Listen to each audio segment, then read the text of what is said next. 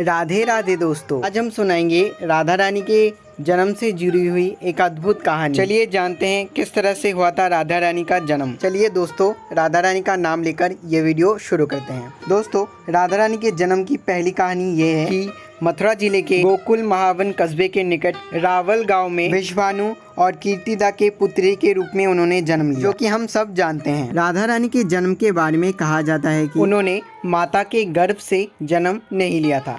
उनकी माता ने वायु को अपने गर्भ में धारण करके रखा था। माता कीर्तिदा ने माता योगमाया की प्रेरणा से वायु को जन्म दिया, लेकिन अपनी इच्छा से श्रीमती राधा रानी वहाँ प्रकट हो गई। कललजा कुलवर्ती निकुंज प्रदेश के एक सुंदर मंदिर में राधा रानी प्रकट होती है। उस समय भाद्र का महीना था, शुक्ल पक्ष अष्टमी तिथि थी, अनुराधा नक्षत्र था। सुबह के 12 बजे सोमवार के दिन उन्होंने जन्म लिया। उस समय राधा रानी के जन्म की खुशी में नदी तक का पानी पवित्र हो गया था। हर तरफ मानो खुशियां सी छा गई थी। इस दिन को राधाष्टमी यानी राधा रानी के जन्मदिन के तौर पर हम मनाते हैं। दोस्तों, राधा रानी के जन्मदिन पर विश्वानु जी और माता कीर्तिदा इतनी ज़्यादा खुश थे कि उन्होंने राधा रानी के जन्मदिन की खुशी में बहुत ही सुंदर उत्सव मनाया। विश्वानु जी ने अपनी पुत्री के कल्याण के लिए 2 लाख गायें ब्राह्मणों को दान में दी। राधा रानी के जन्म से जुड़ी हुई दूसरी कहानी यह है कि पिछले जन्म में माता कीर्तिदा ने ब्रह्मा जी से वरदान मांगा था कि उन्हें माता लक्ष्मी एक पुत्री के रूप में प्राप्त हो। तब ब्रह्मा जी ने उनको ये वरदान दिया। एक दिन विश्वानु जी एक सरोवर के पास से गुजर रहे थे, तब एक बालिका उनको कमल के फूल पर तैरती हुई मिली।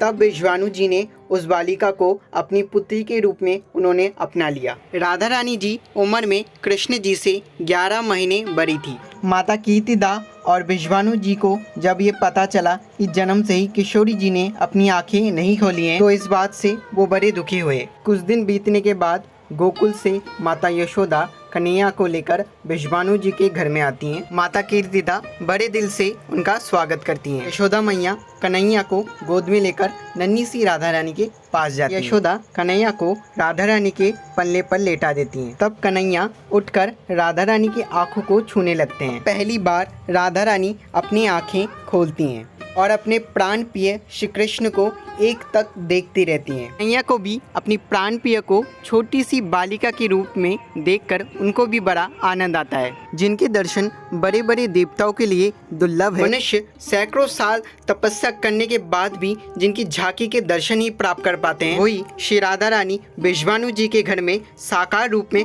प्रकट हुई थी। राधा रानी के जन्म से जुड़ी हुई एक और कहानी जानने को मिलती है। सूर्य देव ने राधा रानी को अपनी पुत्री के रूप में पाने के लिए घोर तपस्या की। तब कृष्ण जी उनकी तपस्या से खुश होकर राधा रानी उनकी पुत्री के रूप में उनको प्राप्त हो उनको ये वरदान दे देते हैं। द्वापर युग में ब्रज के रावल गांव में एक बड़े ही महान व्यक्ति थे, जिनका नाम था महाभानु। उनके कई संतान थे, जिनमें विश्वानु जी उनके 5वें पुत्र थे। वे और कोई नहीं, सूर्य देवता के ही अवतार थे। बाद में विश्वानु जी का विवाह कीर्तिदा से हुआ। कई साल बीतने के बाद भी उनको कोई संतान प्राप्त नहीं हुआ। एक दिन किसी ने माँ कीर्तिदा को कहा कि देवी कात्यायनी की तुम पूजा करो, उनकी कृपा से संतान की प्राप्ति जरूर होगी। फिर उन्होंने यमुना किनारे देवी कात्यायनी की उन्होंने पूजा की। अब उनको देवी कात्यायनी की आवाज सुनाई दी। देवी कात्यायनी कहती हैं, हरिनाम के बिना कुछ भी पाना असंभव है। पहले प्रामाणिक रूप से हरिनाम का जप करो। देवी कात्यायनी के आदेश को मानकर विश्वानु जी और माता कीर्तिदा यमुना किनारे पास में ही प्रेत मुनि के आश्रम जाते हैं। प्रेत मुनि के आश्रम पहुँच के उनसे दीक्षा लेकर पूर्ण रूप से हरिनाम ग्रहण करते हैं। उनसे हरिनाम की दीक्षा लेकर पूर्ण रूप से हरिनाम का जप करते रहते हैं। खुश होकर देवी कात्यायनी दोबारा उनके सामने प्रकट होती हैं। इस बार देवी कात्यायनी के हाथ में एक सोने का हीरे जड़े हुए एक बक्सा था। बक्सा माता कीर्तिदा के वो हाथ में देती हैं। इसके अंदर अत्यधिक सुंदर और तेजस्वी एक बालिका थी। वो बालिका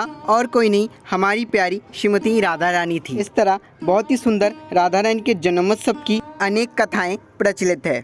कहते हैं कि किशोरी जी के यशगान करने से उस व्यक्ति के ऊपर भगवान श्री कृष्ण की साक्षात कृपा होती है। जो व्यक्ति इन दोनों के प्रेम में सदा डूबा रहता है, उस व्यक्ति को हमेशा निकुंजवास मिलता है। व्यक्ति गोलोक का अधिकारी बन जाता है। उस व्यक्ति को गोलोक वृंदावन धाम की प्राप्ति होती है। दोस्तों, आपने हमारे चैनल को सब्सक्राइब नहीं किया है तो जाके सब्सक्राइब कर दीजिए। सब्सक्राइब करना ना भूलें। दोस्तों, आज के लिए इतना ही। मिलते किसी और एक वीडियो में। जय श्री कृष्णा, राधे गोविंद, जय श्री राधे।